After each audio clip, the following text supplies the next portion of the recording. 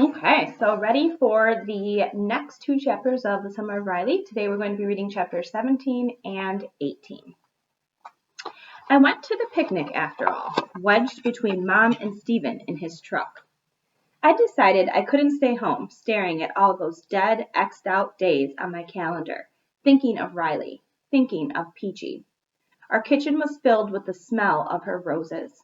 How could anybody scare her like that? Her all alone and really old and with only the Sultan to protect her? And she was scared. She just about admitted she was glad of an excuse to leave. But if she did leave forever, then I could have Riley back. I felt guilty the minute the thought came to me. I studied her house as we passed. Already it had that not lived in look, with the shades drawn and the barn door closed. A soft drizzle was falling, and the sky was gray and mournful. I was going to get up early to say goodbye. Mom told me. I set the alarm. I thought about I thought about waking you too, William, and both of us going out to wave to her. But then, well, I didn't want to make it be like a final party. You know, make too big of a thing of it. She'll be back. I nodded, staring straight ahead at the wipers going back and forth, fanning little wedges of plain glass on Stephen's dirty windshield. They squeaked out a little rhyme. Going, going, gone. Everybody, everything. Gone, gone, gone. I glanced up at Stephen. He was wearing an Oregon Ducks cap, and his hair curled out around it. Are we going to have fun today, William? He asked.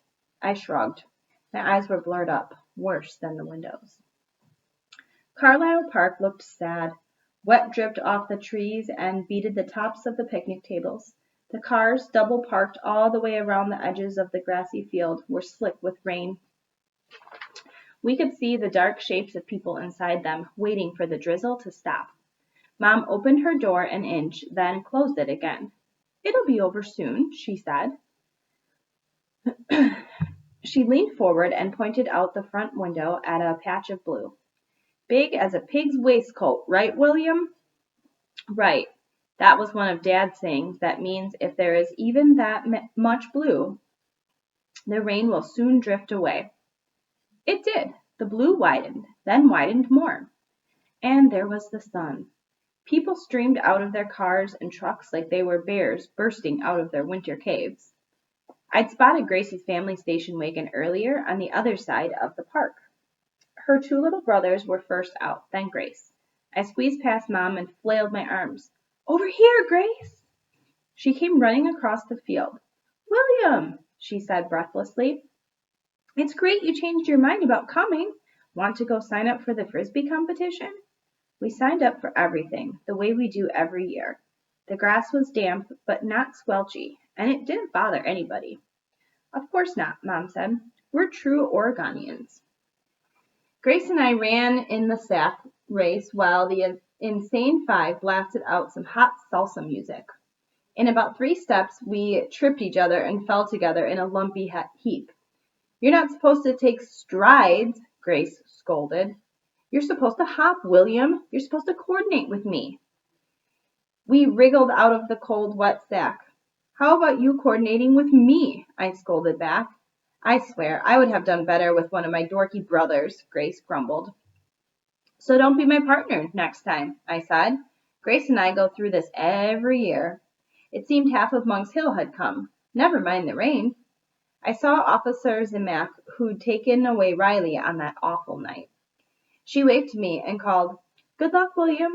I think she meant about Riley and not about the 3-legged race coming up next. Mr. Bingham, the Photoshop man, asked if I'd heard anything yet and squeezed my shoulder. Pete, who owns Pete's Hardware, said, William, are you still planning on finishing that pond? I'll take back that butyl liner, if you're no use for it. Thanks, I said. I'm not sure. Pete nodded. Just give me a call. Ellis Porter and Dwayne Smith were sitting on one of the picnic tables. Each time someone fell, they cheered and whistled. Typical, Grace said. Typical dweeb attitude. The adults had their own sack race, and every kid watching turned into a dweeb too. We catcalled and booed and blue raspberries as they fell. I watched Mom and Stephen. They toppled over quickly, laughing into each other's faces as they rolled on the wet grass, squirming free of their sack. In the truck on the way here, they hadn't given any hint of the way they'd been last night when they were dancing. There'd been no lovey-dovey looks or anything like that. They hadn't held hands. Of course, that would have been pretty hard with me sitting between them. I made myself look away. Riley would have loved this park, all the space, the trees. But even if we still had him, he couldn't have come today. Dogs are not invited to the Monk's Hill old-fashioned summertime picnic. Those that were here were locked into cars with the windows cranked down just enough to tempt them with the day outside. There was a mockingbird perched on a picnic bench. I played a game with myself. If it flew up into the oak tree, the commissioners would vote for Riley on Monday. If it flew up into the wire, they'd vote against him. I clenched my fist in my pocket. Fly into the tree, bird. Go to the tree. It hopped onto the grass, darted low into the shrubbery, and disappeared. I told myself it was a silly game anyway. I took second place in the frisbee throwing competition, and Grace took fifth. Just a fluke, she told me. I'm better than you any day. Grace, to use her own words, has superior self-esteem. Throwing the frisbee reminded me of Riley, of course. Everything reminded me of him. But still, I figured being there was probably way better than being alone at home. We did the bunny hop all the way around the field, everybody together, even Ellis Porter and Dwayne Smith. The Insane Five played and sang some corny song that went, "Run, rabbit, run, run, run." Mom and Stephen were in front of us.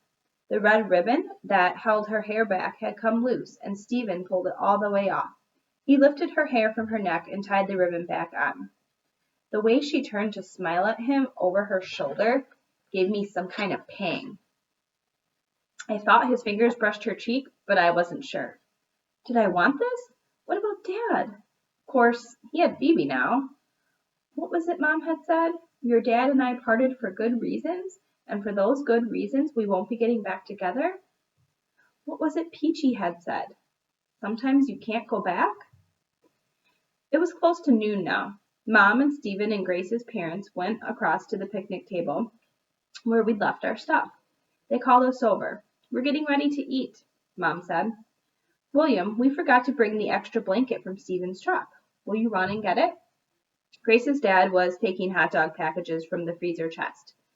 Can you call your brothers, Gracie? They're over there in the Flying Dutchman circle.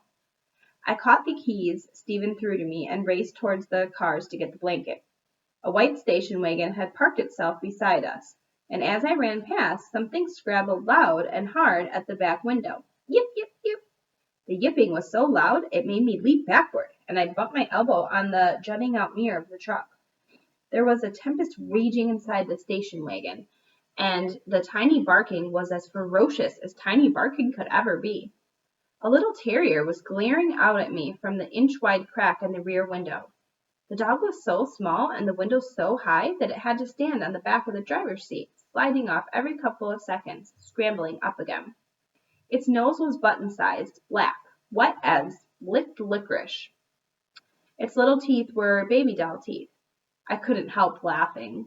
Whoa, whoa! I held my hands out in front of me as if I were surrendering. You're awful tough for such a puny guy. Relax, will you? I'm not going to steal your car. I rubbed my elbow and I dropped the keys. See what you made me do? There was another faint sound coming from somewhere else. What was it? A kind of snuffling. Another dog, maybe in the next door van? I saw the shine of Stephen's keys in the dirt and bent to pick them up. And that was when I saw the feet in black cowboy boots, the thick legs in strained tight jeans, and realized there was someone crouched behind the truck, almost beneath the hedge. Whoever it was had his arm across his face, and it was from under the arm that the strange snuffling sound came. What? I began, and I took another step forward, though I still couldn't see his face. I recognized Ellis Porter. For a terrible second, I thought maybe he was lying in ambush to jump me. But there was no way. He was hunched over, crying or something. He lowered his arm. His face was twisted like a little hurt kid's. Ellis? I stammered. What are you doing? Dog, he whispered. Dog? I repeated and pointed at the station wagon. You mean the little guy back there? He jammed his knuckles into his mouth, gnawing at them. I could see he was terrified. Could this be super cool, super mean, super scary Ellis Porter? I'd never seen him like this. How could I be sorry for him? But for a minute, I was.